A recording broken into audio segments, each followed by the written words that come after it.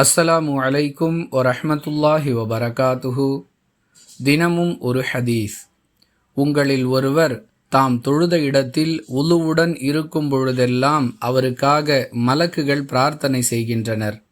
அவர்கள் தங்கள் பிரார்த்தனையில், இறைவா, இவரை மன்னிப்பாயாக, இவருக்கு அருள் புரிவாயாக என்று கூறுகின்றனர் என அல்லாஹுவின் தூதர் ஸல்லல்லாஹு அலைஹி வஸல்லம் அவர்கள் கூறியதாக அபூ ஹுரைரா ரதியல்லாஹு அன்ஹு அவர்கள் அறிவிக்கிறார்கள்.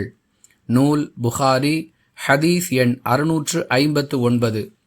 அன்பிற்குரிய அல்லாஹுவின் நல்லடியார்களே, நாம் தொழுத இடத்திலேயே ஒலுவுடன் அமர்ந்திருப்பதால் இந்த பிரார்த்தனை நமக்கு கிடைக்கின்றது என்பது இந்த ஹதீஸ் சொல்லக்கூடிய தகவல்.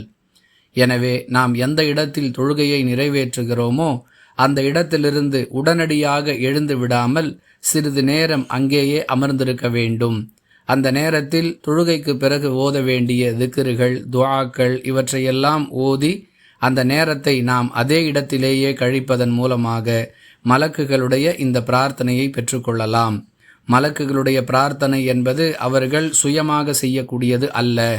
பிரார்த்தனை செய்வதற்கான ஏற்பாட்டை அல்லாஹுவே செய்து கொடுத்து அதன் மூலம் நம்மை பயனடைய செய்கிறான் என்பதையும் நாம் விளங்க வேண்டும்.